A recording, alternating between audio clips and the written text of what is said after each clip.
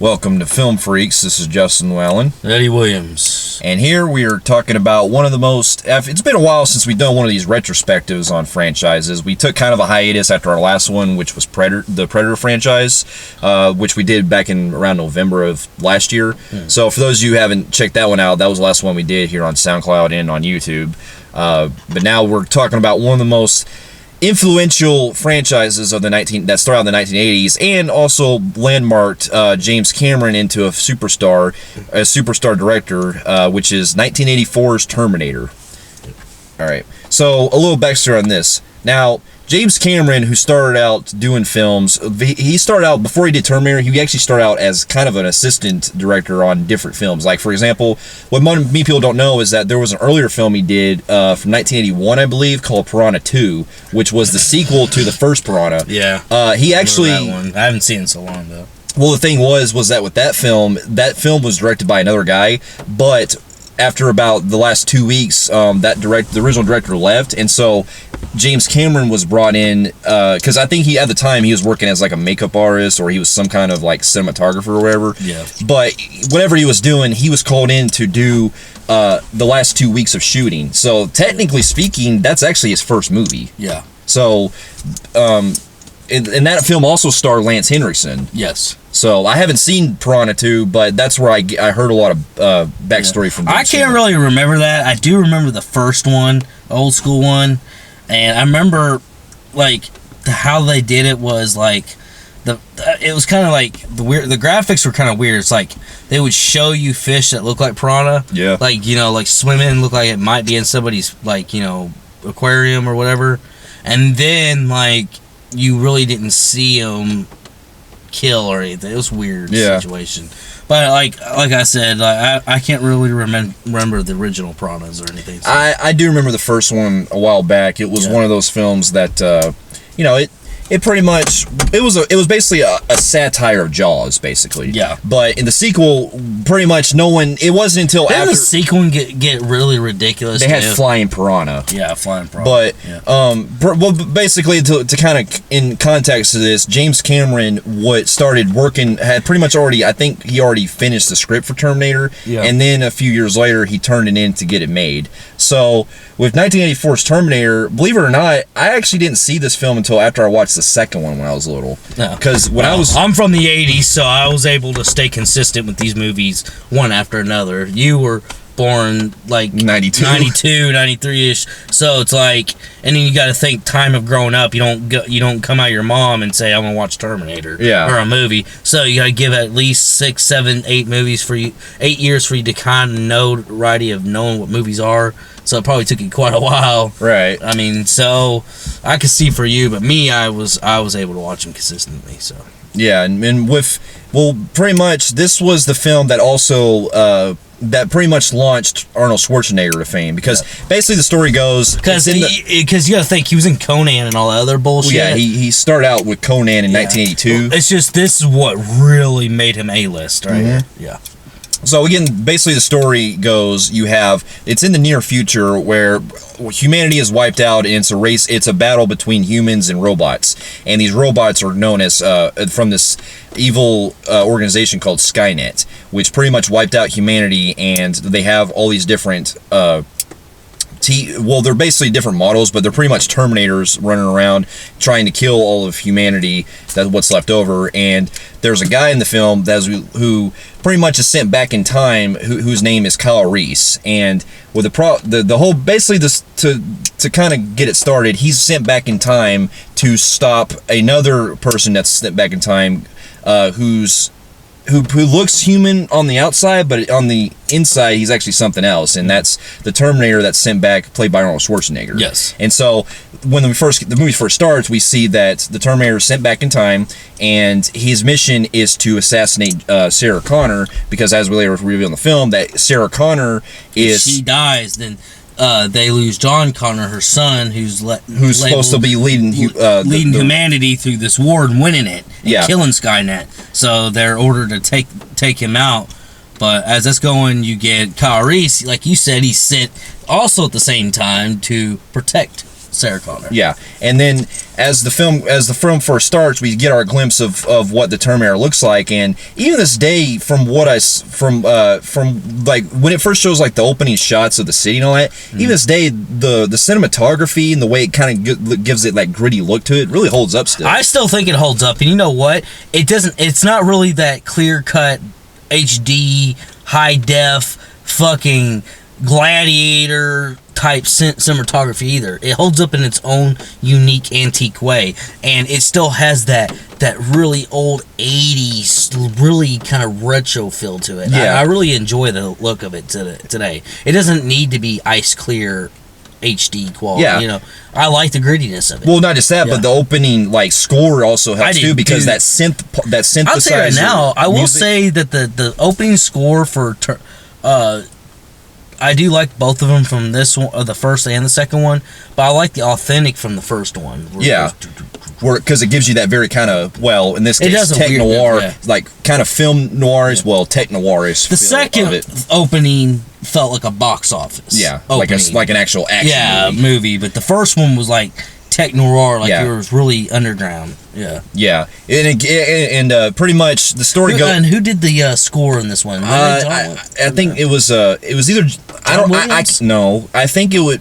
Now correct me if I'm wrong, but it might have been probably Mario something. It was either him or James Horner. I can't remember if James Horner worked on either one. I think it might have been James Horner, but I know that from what I remember, it might have been James Horner, possibly. If not, correct me if I'm wrong on that.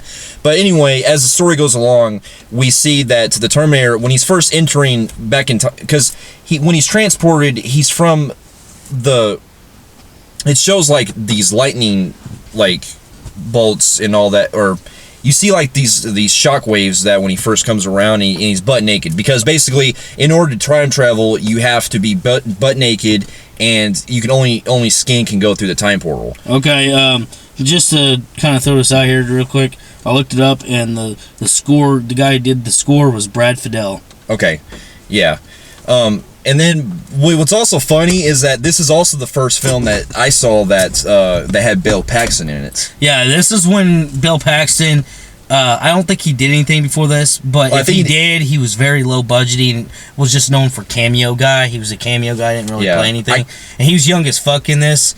And he comes into this, and I'll tell you right now, for what little time he had, it's so memorable. It makes me laugh. Yeah, because he's playing these these street punks. Yeah, these street punk gangsters where they have weird hairdo. They look like mohawks and shit. They look like they're from the Ramones. Yeah. Yeah. And pretty much Arnold comes up to him, and he's basically asking for the clothes, and he's like, nice night for a walk, eh? And he's like, fuck you, asshole, because they want to take his clothes. He's like, your clothes, give them to me now. Yeah. And then Bill Pax is like, fuck you, asshole. And then all of a sudden you see a really brutal scene where Arnold rips that dude's heart out right there. I would like to say that we also get Lance Henderson in this too. And what's funny is this is funny because Bill Paxton and Lance Henderson are the only two characters that's ever been killed off by a Predator, Alien, and the Terminator. Yeah. Yeah. Most people remember Bill Paxton, may rest in peace, as that. But we forget Lance Henriksen was the same way too. I'm still kind of shocked he died. It was kind of fucked up situation. It was a situation that could have been fixed and avoided, but you know, nature took its course, and he was one of the he was one of the rare people of how he died. So it sucked. But anyways, back to the story. So you got the whole thing where you got Arnold is going through looking for Sarah Connor, and I believe at this point now it's when Terminator, first you get Arnold looking, and he's actually killing all the Sarah Connors in the city. He is, because since this Terminator is trying to track down, since he can't really figure out her actual name or anything, since he doesn't actually have like a physical face of her, he has to pretty much go basically by the books of like the phone books and stuff. So going through the city, he's wiping out every woman that's named Sarah Connor, while at the same time we see that Kyle Reese is sent back in time. Sarah Connor? Yes. Right. Anyways, but anyway, yeah, we also get Kyle Reese, who is sent back in time in 1984, who is there to look around trying to find Sarah Connor. And then along the way, we get introduced to Sarah Connor, and she's played by Linda Hamilton. Yep. And Kyle Reese is played by Michael Biehn, who would keep later in play. mind that same year, Linda Hamilton was having a big year this year. She also was coming out with Children of the Corn, and a few other movies. So it was like her year to shine. She was just now getting in the spotlight. So yeah, in the '84, exactly. And then basically Sarah Connor in this one, she is a woman she's a waitress at this restaurant or this diner, and she's living any typical life where she lives with her friends, she lives with her roommates and all that. And as the film goes along, she's starting to discover all this stuff on the news about how the Terminator is killing everyone named Sarah Connor and all that. And basically, there's a part where she meets up with Kyle Reese at this club that's actually called Tech Noir. So you can kind of call this movie its own genre by calling it Tech Noir. Yeah. And it's really cool. You can really tell this movie was made for the 80s because the club inside and everything and the way that it represents, it gives you that vibe that movies made back in the 80s, they had a lot of fun to their soundtracks and a lot of fun with their their lifestyle and everything. So as the movie goes along, we see that Michael Biehn's character Kyle Reese saves Sarah Connor from the Terminator in the shootout that takes place. Yeah, in that plot part. And it's funny because all those big buff motherfuckers are like, "You're fucking out here, punk!" Yeah. And he's just fucking breaking arms and stuff. I will like to say, for what it's worth, in all the Terminators, even though we'll get to it, but I love 2 the most. I will say that the first one was actually brutal as fuck. It was. The death scenes were gory as fuck. He was snapping bones coming out of skins and shit. I'm like, goddamn. Well, they did more gore in this one than they did in the other ones. Well, and that's probably because, much like we talked about in our Alien franchise, Alien 1 was pretty much a horror film, and Aliens was an action film. Much like with this film, Terminator, the first one, could actually be presented as a horror film. Yeah, it can. Or a slasher film. Because, be honest with you, for what action it gives, a lot of people don't realize that Arnold Schwarzenegger, and I still get chills for him, people were petrified of his character in that movie. He legitly, because the way he looked so authentic and so practical looking, when his face was tore up, and then the fact that he moves like a fucking practical effects and stuff. Yeah. This shit actually holds up, and it's a little chilly scene, especially when he's in a bathroom where he gets part of his face torn, and he looks. Yeah, there is a part that looks noticeable, but then there's a part where I'm not really talk about that part that they fucked up on. I know what you're about to say. There was a part that is a kind of a blooper. Don't hold up today.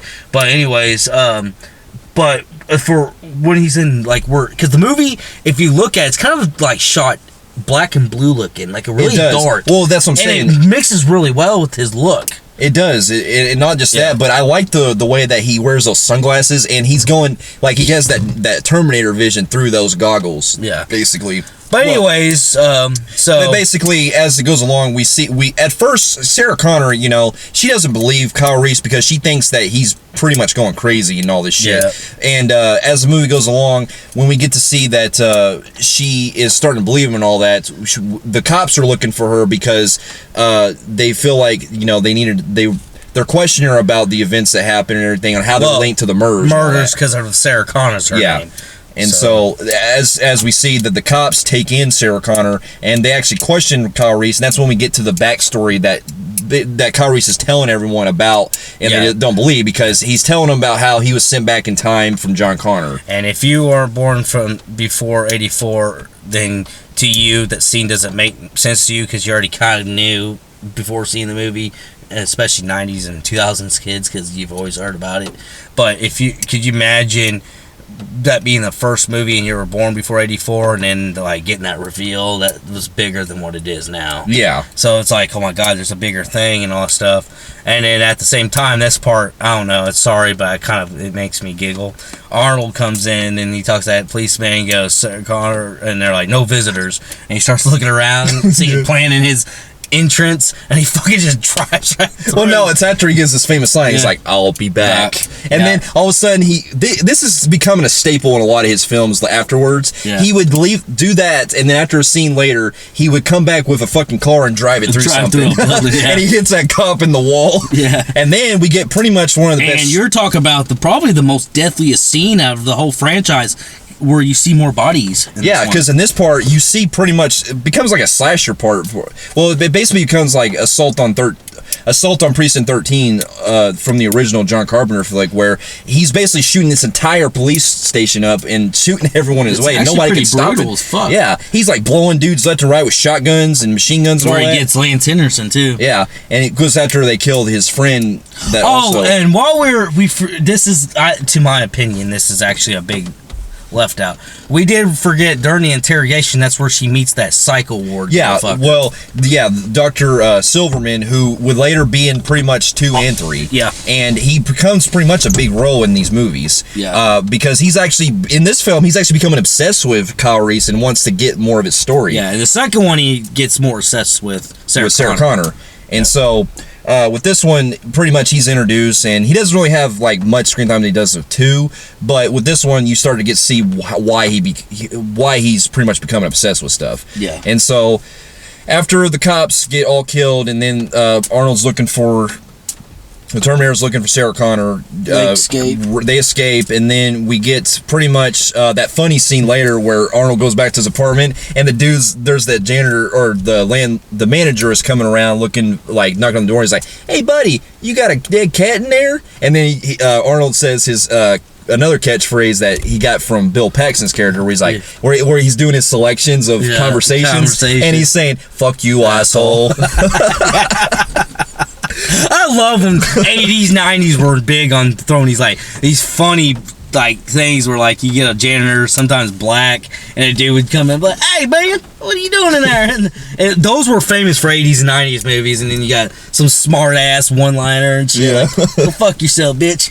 I miss it when movies were that fucking original. Now you just don't get that type of shit. I mean you do with some throwbacks, but a lot of times, back the 80s, 90s were the king of all those kind of fun movies, that witty dialogue. Yeah. But anyway, basically, not to really go into to describe the whole film, but when we get to our climax, we see that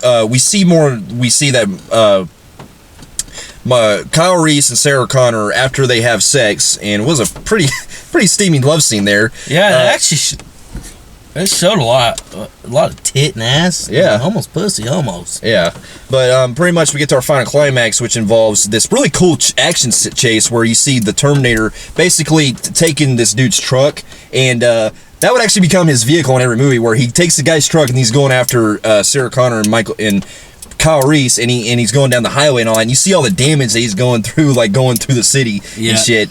So they do have some really great action scenes, especially this one, and then we get to that really big reveal where the fucking after Kyle Reese pretty much, it was either, I can't remember if it was Reese or Sarah Connor that blows up the truck, but pretty much the truck blows up, and then we reveal that the fucking, Arnold's character is all metal and underneath. Yeah. That we actually see the reveal of him. And then we lose Kyle Reese at the same time. Well, we get to the later part where they get to this factory, and we see that he's trying to take down the Terminator, but he gets he gets pretty much killed by him after he grabs him or something. It's like I think he put his hand through his chest or some shit. I can't really remember that death for some reason, but anyways, pretty much it goes to that. We're not going into much detail. After a long battle, you got Sarah Connor in the steam factory, and she's or the steel factory. Didn't she crush him? Yeah, she was in this kind of this tunnel thing or whatever, or these ventilation shaft or whatever, and she's going through there for all these different steam, these steel machines, and then all of a sudden she just crushes the fucking Terminator after she's like, "You're Terminatored." Yeah. So actually, much like Ripley, Sarah Connor even herself becomes an action star. Yep. Or she becomes an action hero. Yep. So So, in this instance, because it's her first appearance, she's more like the final girl of a slasher film. So what's your overall pros and cons and grade on this one? Well, even to this day, I consider this one of my favorite all-time James Cameron films and one of the best 80s films of all time. Yeah. I do have little to no flaws, so with that, well, I'll get to my flaws here in a minute, but with the pros I love, everything from the storyline, the way that we're represented, how, it represents man versus machine, or basically the little backstory we get with Skynet and how the Terminator is looking for Sarah Connor and everything. Top notch. I think great performances from the performance, especially Arnold. I don't really think anyone else could have played this role, because who they actually wanted to have before Arnold was cast? O.J. Simpson. Yeah, I heard about that. Did you hear about that? Yeah, I knew that. But anyways, I did love the performance. This started a iconic franchise, which I respect to the fullest. I am highly praised. I love this, like the whole plot of the whole man versus machine, the soundtrack, and what can happen, because you got to think technology wasn't really recognized that great in the 80s compared to now, and it's hinting us that we will go that far, and technology could take over. It represents so many great ideas of what would happen if we go into an all-time future war. In a way, it's kind of like symbolic. It's hinting that if we don't do things, if we keep building, just letting technology do everything, we will fall. Yeah. And I do respect that. I do love how it's still authentic. It still has its authentic look. I did that. And I thought Arnold Schwarzenegger as a villain was menacing as fuck.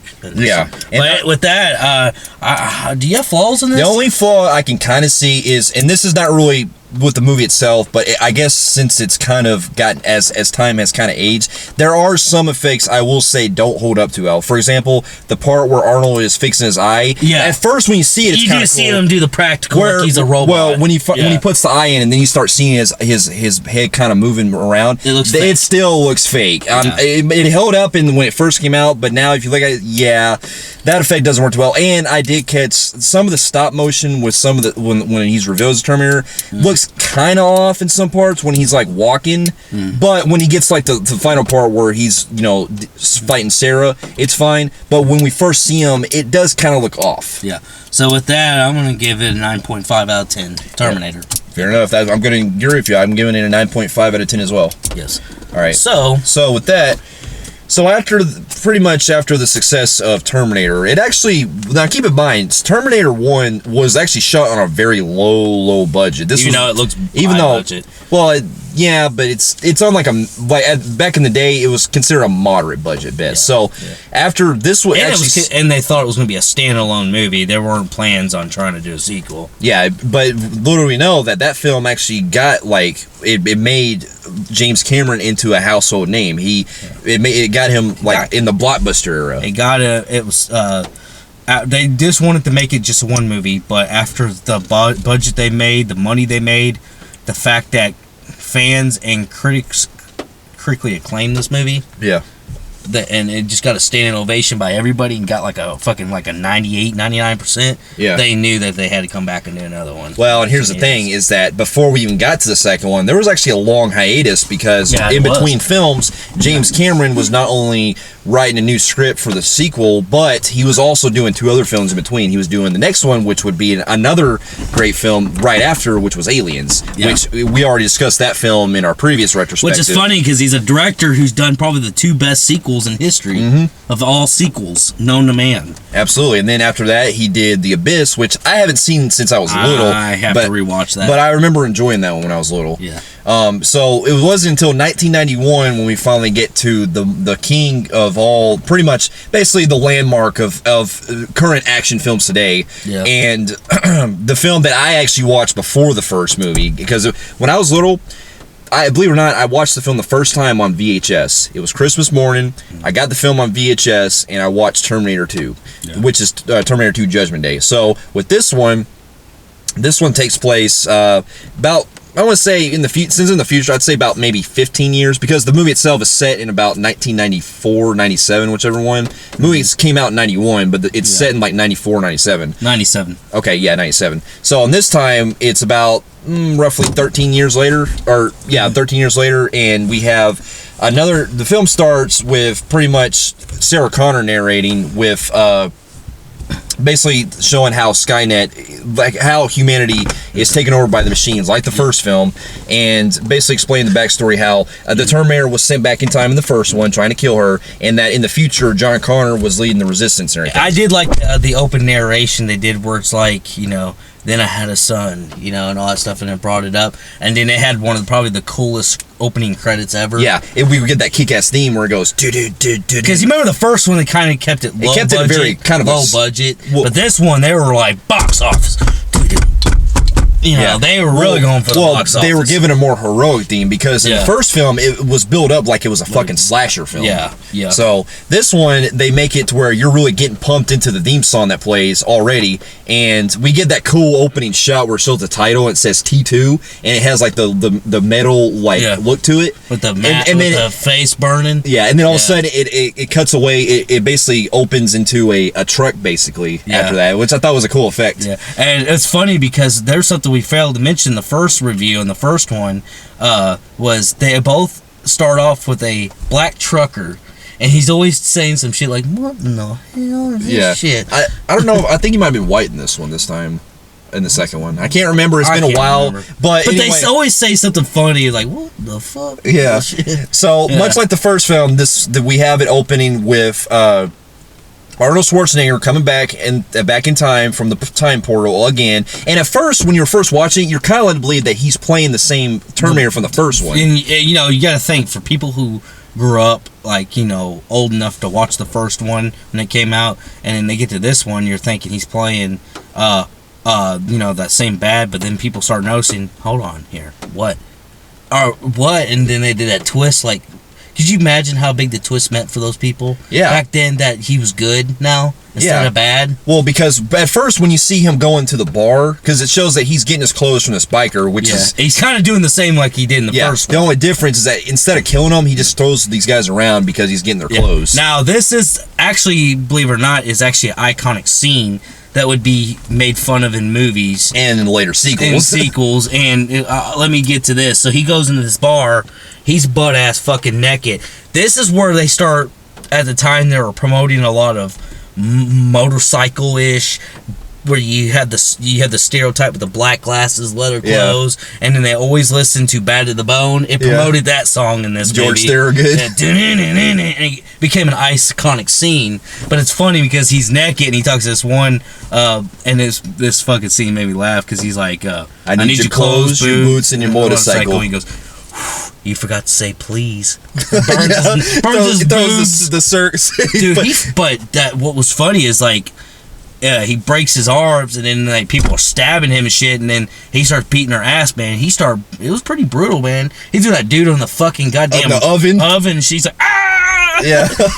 His hand lays on there, he's like jumping back and forth. That shit had me rolling and shit, but man, they were busting pool sticks over his head and everything. Yeah. Then he jumps on his fucking famous bike, and this is where he gets famous with the suit. The suit, it becomes iconic. It does. Later in the suit, they always have to bring that suit back because it's like his iconic. Like how the cape is the Superman, the black suit the Batman. This was Terminator. Well, not just that, but the sunglasses. Well, that's what I'm saying. It's all black. Yeah. The trademark is his whole outfit. Yeah, and pretty much we get that cool scene where he's getting in the. Which let me cut you off, because I'm a lot older than him. I actually owned a lot of the action figures when this movie came out. This movie was actually promoted big fucking time growing up, and I had a ton of Judgment Day action figures. Yeah, I one of them. I had a bunch. If you look at I gave my kids, I promoted my kids and gave them to them, passed down to them. Yeah, pretty cool that I owned a lot of it. Yeah, but basically the story we get into, we also get to see another Terminator come back in time, and this time it basically switches gears on us where instead of we get to see that this Terminator that's also sent back in time is evil because this one's played by Robert Patrick. Yeah. And unlike Arnold's character, this fucking Terminator is able to blend into shit. See, in the first one, just a tiny little setback, it was human on. They brought a human from back in the time who was vulnerable versus a machine. This one is a machine versus a new machine. Yeah. A liquid. So now the machines, apparently John Connor in the future was able to steal the machines that tried to kill him in the first movie, and he altered the universe to where they're good now. and on his team, some of them are, and that's the twist of why Arnold this time went back in a good way. Yeah. And also we get to, and pretty much Robert Patrick's character, who's the T-1000, this guy, he basically takes the form of a cop. He takes the cop's uniform, and he's looking for John Connor, because in this time, John Connor is about, I want to say maybe 11, maybe 12 years old. Well, he's a teenager. I'd say probably about 13, maybe 14. Yes. So around that time. So with John Connor being a teenager, he's living with his his foster parents, because Sarah Connor, because she pretty much went crazy in the first film, she ends up in a psychic ward, and throughout the film we see that John Connor is trying to get her out, and because he misses her, and I believe, and here's a little trivia fact, can't go without doing this, people don't realize that Edward Furlong was actually found on the street. Yeah, I remember you told me that. To get this role, just randomly walked up because in desperate measures of getting this movie out. He went. I read that James Cameron or somebody said that. I read a bunch of, a lot of research saying that James Cameron found him on the road, like seriously walking, just like an everyday person who was just looking for a job out in Hollywood, and just got lucky and landed this role. That's very interesting. Could you imagine people, there's stories where people do that, but could you imagine landing in one of the most iconic, probably biggest epic sequels ever in history? Well, that's kind of what Steven Spielberg did. Well, not to be off topic, but that's kind of what Steven Spielberg kind of did with Michael J. Fox, when Michael J. Fox was like off the set of Teen Wolf. Yeah. He was just since Steven Spielberg actually hired him after he fired Eric Stoltz. Yeah. So that's kind of what. Well, I mean, I'm just saying in that kind of context, Spielberg kind of did that, seeing Michael J. Fox down the street. Yeah, but to be fair, I believe Michael J. Fox wasn't at the time he was doing other stuff, or was that literally? No, that was only his first movie. That was one of his earliest movies. Because there was a TV show called Family Ties. Well, yeah, he was doing that, but. Edward Furlong didn't have an acting job ever. He wasn't even on TV. He's just a fucking civilian. You're talking about a guy, probably, he was flipping burgers at McDonald's, and then all of a sudden he gets to be in probably the most iconic, most Oscar-winning award movie ever in history. So that's like a big jump of your life, man. Right. Sadly, he fucked it up with drugs. Let's get back on topic. Well, basically, as the movie goes along, we see that Edward Furlong is doing what every typical teenager does, where him and his friend are going to the mall, and they're playing the arcades, which... Damn it, 90s, I wish I could go back in time, because I miss playing arcades and all that. I know. So, they're playing arcades and everything, and they're playing, and all of a sudden, you see throughout the film that Robert Patrick's character, who's the posing as a cop, he's looking for John Connor, and what's cool about this that I do kind of like better than Arnold in the first one is that he comes across like very blending in with society. Yeah, he blends in a lot better with society, because Arnold, man, he was just killing people left and right, and not only that, you can already tell something was off with the dude. Yeah. This one, you get a good, genuine, friendly presence with him. Even though he doesn't really show much emotional in his face, you can actually tell that you could think of him as a cop. He's soft-spoken. Yeah, he's soft-spoken. Yeah, soft-spoken. And not only that, I do want to say what I liked about the movie that's being shot so far in the arcade. People don't realize, because this is probably the start of what movies start looking like 90s movies.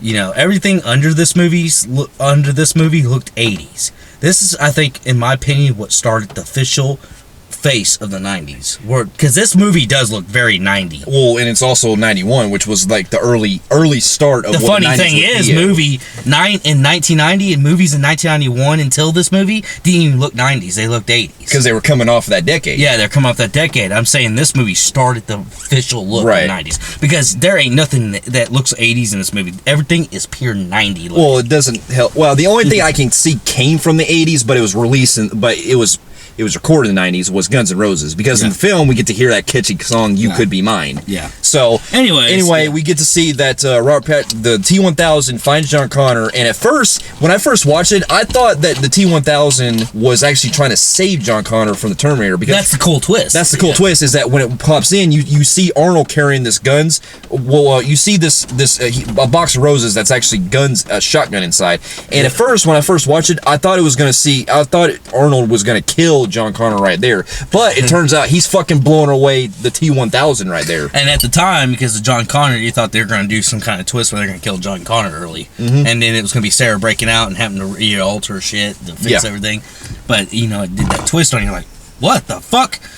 And it's funny because I remember that part. That was where that Asian dude was in the back. He's like, "Hey, what are you doing back here?" Where he was one of the maintenance guys. Oh no, that was funny because I had his mullet friend in the fucking arcade. He says, "I ain't him, you know. Oh, yeah, here, hey man, some fucking pig is looking for you and shit." And then that's when he goes, "Yeah, they're over there." And then the fucking dude's like, "Yeah, he's over there," and stuff. Like his friend tried to say no. Go there he is, and then he pushed him out of the lane. And he pulled back.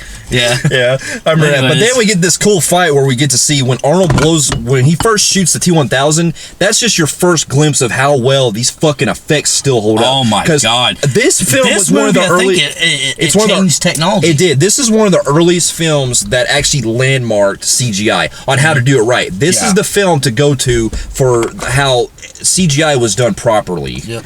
Because this film basically marked how, because basically the way that from what I read was the effects they used for the T-1000 were a mix of like it was a mix of both practical and CGI.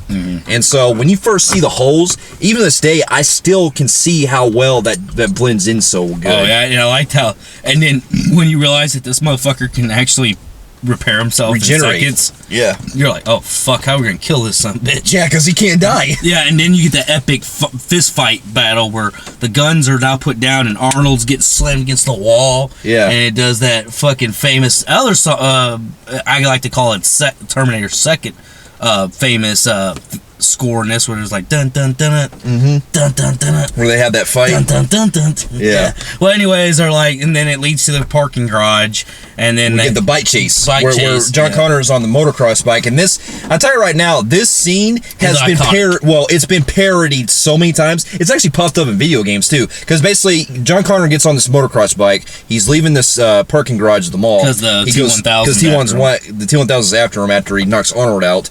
And as we go down the road, he's basically, the T-1000 steals a truck like Arnold did in the first film. And he goes down the road and they get across where this, it's like a stream or whatever. And, well, it's not a stream, I'm sorry. It's like it's hard to describe because it takes place in Los Angeles. If you guys been to Los Angeles, I have. You've actually seen these gutters used in millions of movies, from Grease, Volcano, just a ton of movies. In fact, I can't count on my hands and toes how many movies they've used this same gutter, because it's famous because Los Angeles is so big of a city. It's literally this fucking 100-foot wide by 100-foot deep. I mean, just straight down, and this is where all the water leads to the ocean, or the ocean water comes out. It's one or the other. But anyway, yeah, so he's chasing them down that motherfucker, and then at the time that, you know, this is going on, and by the way, T-1000's in this 18-wheeler, which he pulls this fucking dude out of it, knocks him out, and you see the dude rolling down the fucking thing and stuff. And then because he's hit so much shit with it, it's all damaged up. But then Arnold is now back on his motorcycle, and he jumps and dives into the ditch thing. And then while he sees the fucking T-1000 down there with him, you know, well, not just that, but the iconic shot is the part where the 18 after John Connor is grabbed by Arnold on the bike. I think it was like before or after the 18-wheeler pretty much jumps off that ridge, that area where off that bridge. Well, it's obviously he jumped off the bridge before he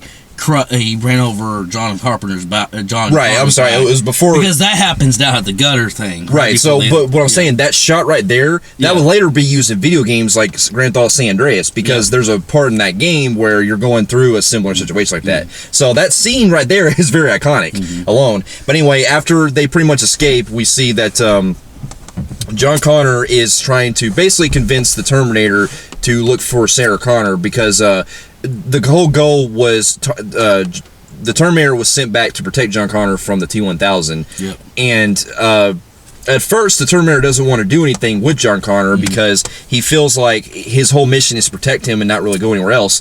But then, basically, we get into where the Terminator actually starts to adapt to humanity, where John Connor is actually teaching him the basics. That's what I was gonna bring up next. I love this shit because he's like fuck you and teaching him fuck you, bitch. It's like you have to just put your hand up and say, I swear I will not kill anyone, because he gets that part where these two guys come out and they're fucking with them, whatever, and I'm sorry, John Connor at first doesn't want to like trust go with the Terminator anywhere, so he's freaking out and asks for help, and then these two guys come, and then Arnold just like no, what happened was like you said, yeah, you were right. John Connor wanted to leave. The Terminator said no, so the Terminator took on his own oath to grab onto John Connor because he's in a mission. He has to listen to his mission, right? And he won't let John Connor go. She's like, "Let me go, you motherfucker! Help! This guy's raping me!" And all that stuff. And that's when the black dude and the white dude come up there. Some big old muscly motherfuckers come up there. But hey, man, put him down, like. And then he goes, and he's like, yeah.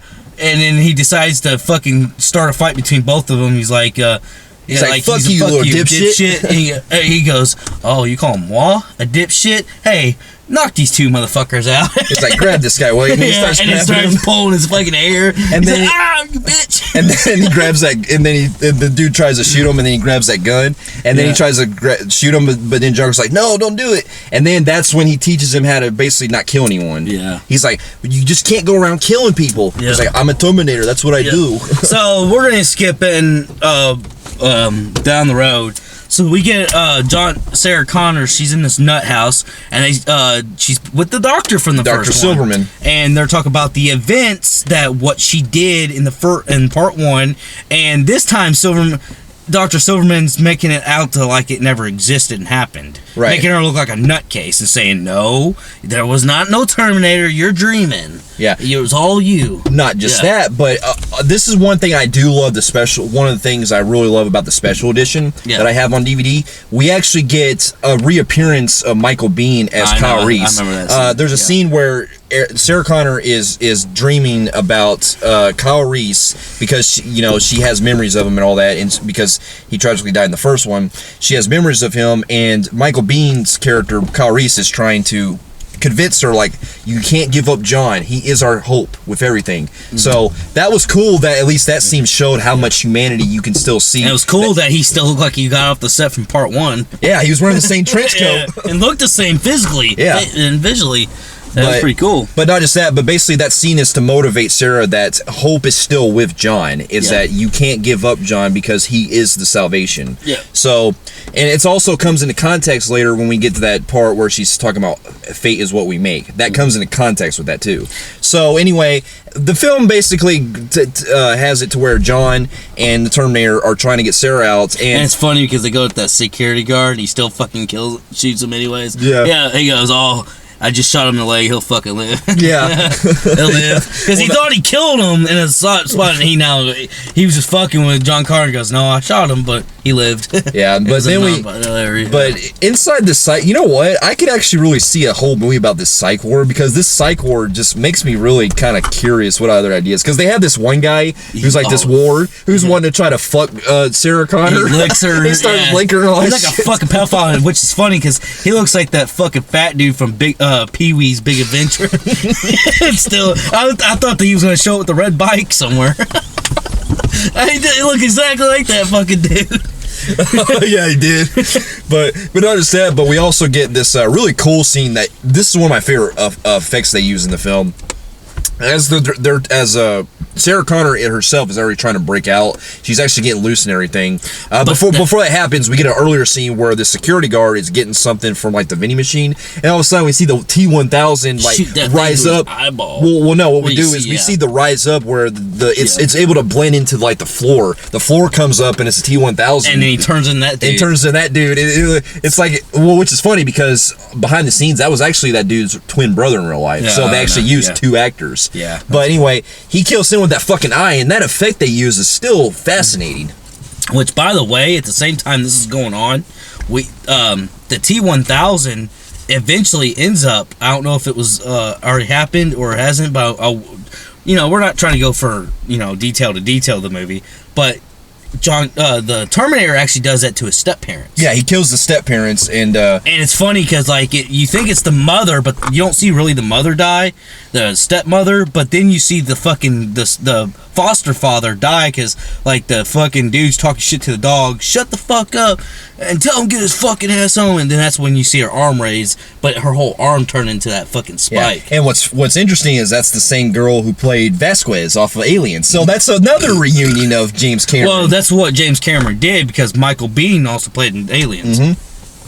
And pretty much after we see that Sarah Connor is already trying to break out, we see that Arnold and John show up to try to save her in time because she's also being chased by the T-1000. Yep. And I'm sorry. She's already running away from the like the mental the thing is the liquid dude is making his way in there, right? But anyway, she comes across Arnold. At first, she's shocked to see him because she thinks and that was kill a big slow like they did a big deal when she seen him, and that's when they did that slow beat and she's screaming, like heartbeat and do that the theme, and then she's just like no! Yeah. And then she couldn't believe it. That was a cool reunion like that. And then you see the guy, even though he was playing dumb, he remembered the motherfucker from the first one where his cigarette just dropped. He's like, yeah, I remember that. Yeah, and like, And so, basically, after they escape and outrun the T-1000, we later get to see, and this is another thing I give praise to the special edition. She ends up... Well, here's the thing, is that there's a scene earlier before we get to that scene you're probably going to talk about. At first, even still, after they escape from the mental war in their... No, I was just going to state that the fact that after John Connor talks to her while they're fighting, trying to get out of there, that's where she now knows that he's there to save her. Because he says, come with me if you want to live, which is also a catchphrase. Yeah. And so after they pretty much have a really cool chase scene where the T-1000 uses his liquid arms and starts grabbing onto the car and shit. Which he makes all these like claws and all this weird cool shit. But I did like, But what I love about how it progresses the story is in the special edition, after we see them escape and they're going to like this truck stop, we actually get to see an actual detailed background of Sarah Connor not trusting the Terminator first. Because actually, and there's a deleted scene that shows in the special edition where at first Sarah Connor wants to, while she's taking the bullet wounds out of Arnold, she actually takes the chip out of his head to basically turn him off. Yeah. And she's given the chip to, John gives her the chip to pretty much destroy it because she doesn't feel like she can trust it with the future that's going to lead to where it's going to happen. Yeah. Or with him alive. So he decides she wants to take matters in her own hands and destroy his chip. Yeah. That works later. That foreshadows later in the film because she's really paranoid that she's going to later have a future like that. Yeah. So I do love how the special edition adds more depth with why Sarah Connor doesn't like see this kind of where it works more in the context of why Sarah Connor pretty much goes. Okay, so we're gonna skip down in the road a little bit here. So basically, the movie slows down per se, kind of a little bit. It slows down for a little bit, and basically, like it's like they are going hiding now. Because of the situation, so they go to like Mexico. Sarah Connor knew some like Mexican cartelish type people that had guns. They go on a big hideout. They go out and hang out with these people. And at this time, they're really slowing the movie down where they actually, and it's not a bad thing, it's a really cool thing, where you get a lot of dialogue. You actually see the relationship between John and the Arnold Terminator, and Terminator, and then she realizes how much he is a father figure, how beautiful, like their relationship, how much the Terminator loves him. Absolutely. Not just that, but we get the other part of the plot that kicks into gear where we see another character, Miles Dyson, who is played by Joe Morton, I believe. Yeah. And he's a scientist working at this place called Cyberdyne's Research, which is you find out he's the guy who creates the very first Terminator. Yeah, he creates the arm. So basically, they're hinting he's the guy who started the Skynet and didn't realize he fucked up. Yeah, but basically we get a plot with him involving and the whole Sarah Connor is aware of his work and everything, so basically she tries to go take matters in her own hands by trying to kill him, and that's when we get to basically see Sarah Connor fully grow as a character. We see her become the ultimate badass as she is. Because when fucking Linda Hamilton is like wearing all that like sunglasses and tank top and all that shit, she's a bad bitch. She is a bad motherfucker in this. In fact, if they could, and you got her to look like that, and they do like the spin the beds and shit. Spin the bells? You can't do like Ronda Rousey and these fucking little newbies. You need to go back to Sigourney Weaver and Linda Hamilton. You gotta get them bitches. Yeah, man. That's what I'm saying. Because this woman, you can tell she's an ultimate badass. Oh yeah, Linda Hamilton will fuck a dude up, man. Yeah. Her and Sigourney Weaver were like Arnold Schwarzenegger and Sylvester Stallone back in that day. Yeah. They were the baddest women. Absolutely. But anyway, basically it goes to where she tries to kill him, but she kind of has that she tries to kill Miles, but it doesn't work out too well because she has a second train of thought where she feels like the kid was there too, and and it was actually a pretty weird scene. It was a pretty scary scene because you got this father talking to his kid, and next beep, beep, and then he's like, "What the fuck?" And then like all the shooting, and then you got the mother screaming with her baby. Yeah. And watching her father get shot up, but he survived the shooting. Yeah, and then we get to see that they actually need to have the big iconic scene. The iconic scene where he didn't listen to him while they wanted to go in his building, and that's when he goes, "Knife." And Arnold went. Yeah, he's like, listen to me very carefully. Yeah, we get to see that robotic arm. And the dude's like, how the fuck? I only made one. And then, because he didn't believe, because I kept saying they were from the future, and like, yeah, right. And then that's when he fucking did that, and like, oh my fucking god, there's only one been made, and I have it in my house. Yeah, and then we get to pretty much the lead up to where they're going back to the Cyberdyne. And now they told Miles, and he believes him. Now he's ready to destroy everything. And so we get to a really cool fucking like action, one of the best action pieces in the movie, where they go to the Cyberdyne building, and at first, they take out, they basically put the security guard, lock him up in the bathroom and all that, and they're learning about, they basically get access to the robotic arm and the chip that's there, because there's also a chip that they have that was from the Terminator from the first film. Yeah, it's actually the thing that gives them life. Yeah. So that's the reason why. So they have to use that, and then but their plan is to basically destroy the building so that Cyberdyne doesn't exist. Yeah. And so after a while that's gone, the cops are looking for him, and also the T-1000, and then we get to see the T-1000's posing as pretty much a cop or a state trooper officer. Let me fix myself here. I did say that Miles Davis created it. I don't mean that he created it. He actually modified it. Keep in mind that these parts that he has were actually from the Terminator, from the first one. He just modified it. I don't mean he actually built it from the ground up or anything. But yeah, back to what we're saying. Yeah, he's in that officer, the state trooper guy. Yeah, and then while that's going on, we get to this really epic scene where we get to see that the cops who are all surrounding the building and everything, and then we get the famous line where Arnold says, while he's about to go fight the cops, and John Connor's telling him, "Wait, you told me you swore," and then Arnold's like, "Trust me," and then he goes out and basically to tell you the truth, this is one of my favorite parts of the movie. It is one of my epic favorite parts. In fact, I think it's probably one of my favorite, other than ending the two. This is probably the best action scene in the whole franchise. Yeah, this scene right here where he's just, he's not killing any of them, he's just, silencing them like in the arm. And he's got all these fucking, and they're just, this is an iconic scene because this is what started the where you had the badass on the second level or third level of a building shooting down at cops at the bottom and stuff. Basically before that he goes in, but it had a good score to it. Yeah. It was like doom. Yeah. Well, first he's tucking the guys out in the lobby, and then at the top of the building he grabs his fucking big ass minigun and he starts shooting all the cop cars down there, and that's one of my favorite parts. Yeah, well, apparently they had a sneaky ass fucking kind of like special forces guy, and the dude ended up hurting Miles. Oh, and that's funny because one of the guys that's actually plays one of the cops, believe it or not, was Hank from Breaking Bad. Which is funny because there's a lot more to Hank than I gotta tell you. I found out he was also in Married with Children. Didn't even know it the whole entire time. Wow. And he's always, and I noticed that actor, Dean Norris, he always plays a cop in everything. Yeah. He's some kind of political and figure. There's some other movies I got to tell you he was in that you didn't know he was in. Yeah. But anyway, we get to this really epic battle or action scene where he's shooting all the guys, all the cops, his cars with the minigun. And then we get that really cool sequence of the helicopter where the fucking T-1000 goes in there and he's like, get out. Get out and throws that guy away. Yeah. It's like, and he opens the door and just jumps. Fuck it.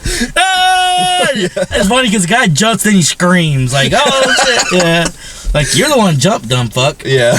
And then after getting fucked up and stuff, well, Miles Davis ends up getting terminally injured, so he takes upon himself to tell them to run, and he'll blow the building up with him. Yeah, that was him. That the guy who found Miles Davis. That was Dean Norris. That was the one who found him. Yeah, that found him. Yeah. And then next thing you know, you hear that.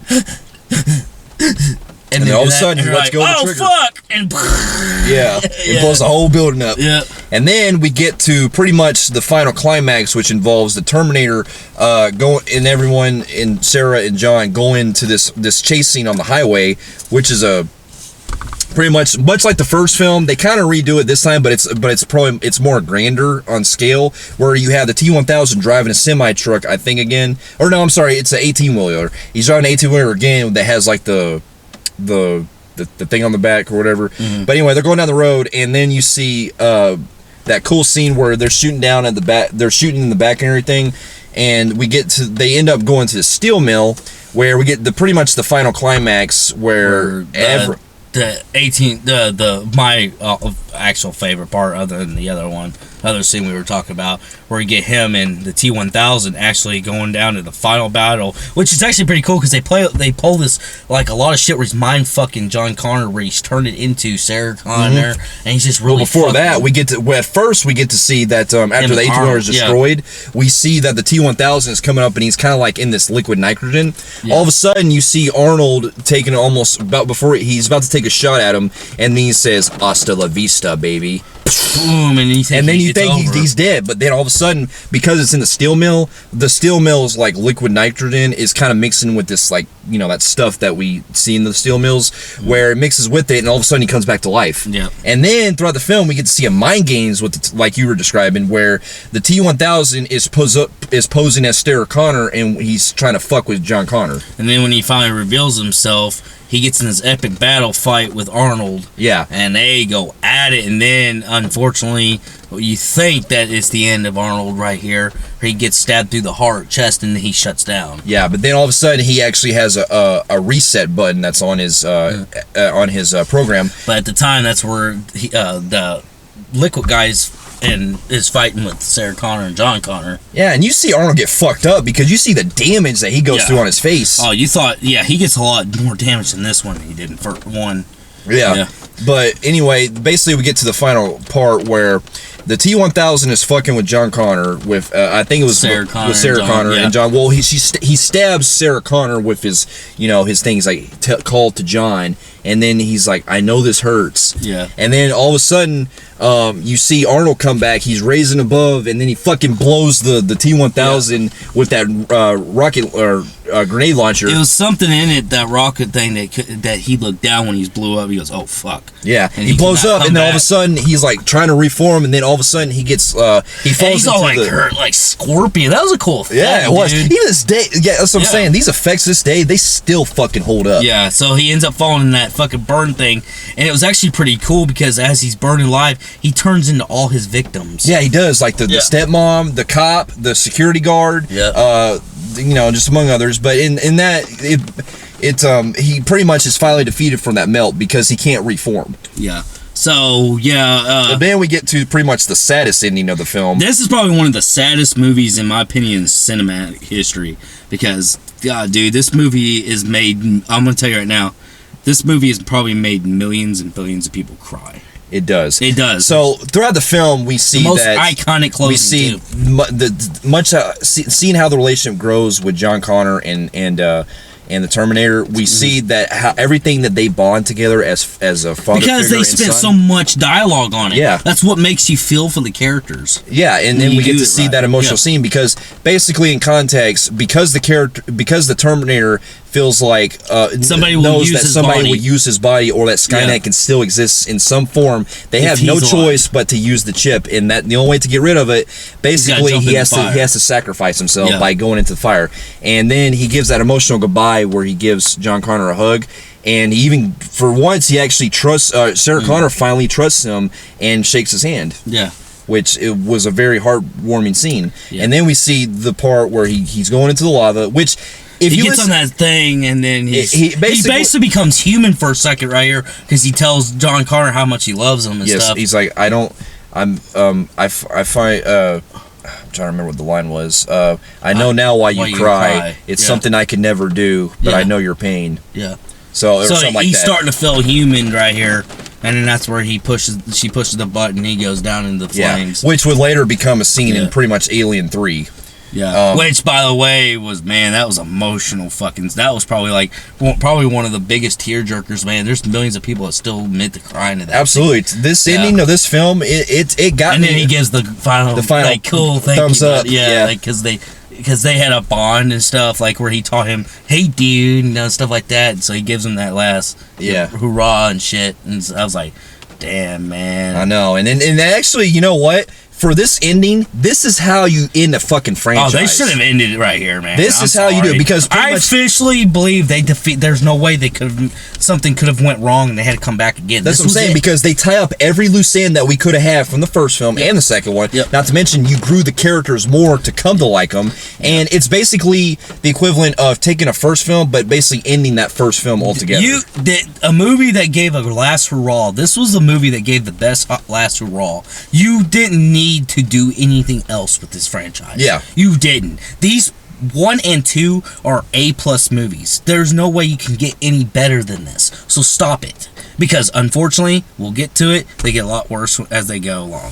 But anyways, overall, this movie's cinematography changed technology, in my opinion. It was probably one of the most beautiful cinematography shot movie of its time, and I believe it was a far of its time. Not to mention, man, I will tell you right now, again, with Lionel Hamilton and the same characters from part 1 playing the roles, obviously they did amazing job. In fact, they did better in this one than they did in the first one. But you got to give, if it is true about the facts of Edward Furlong walking on the streets and putting that performance up, wouldn't you think that's probably one of the best performances from somebody that's never acted before? It is, absolutely. Because there's everybody that's in movies has acting experience of some kind. Exactly. He walked there claiming that he was a burger flipper who never did movies, and when he was asked if he wanted to be in movies, he said, I've never even wanted to be an actor. Exactly. And if that's true, man, wow.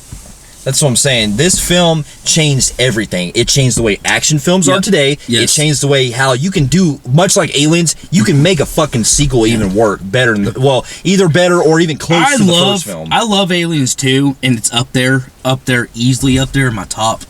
But personally, in my opinion, as far as sequels go, this is probably one of the best sequels ever made. In my opinion, I think it's probably it's close. I had to look at if I put a list, it's definitely in my top 3 of best sequels of all time and best action films of all time. And it is definitely in my list. It's in my top 5 list best action films of all time. Yeah. Easily. So with this film having little to no flaws, and even the effects still hold up today, that changed the face of cinema with CGI doing right. This film has no flaws for me. It's perfect. This is a perfect film as its own, and with that, I'm giving this a great 10 out of 10. Yeah, it's 10 out of 10. Like, it's my this movie, man. It just fucking, it still holds up to this day. I still feel like every time I go to this, I can watch this 5 times a day and then fucking still be into it and be shocked at the ending and everything. Exactly. The whole movie. I love this movie from beyond my heart, man. I love this movie. Absolutely. It's the best of the franchise. Me too. And even to this day, I still own the VHS copy of it as well. Yeah. I respect part 1 to the fullest. I do love it. It's 9.5 out of 10. But I'm sorry, and it's a good thing because you don't get sequels that actually dominate the part 1s. This one did. Yeah. So with that, it's a classic on its own. It still holds up. Yeah, it's always the film that I will always go to for action movies. Oh yeah. All right, we'll be back with our part 2 of our review of the rest of the Terminator franchise. We'll see you later. All right, later.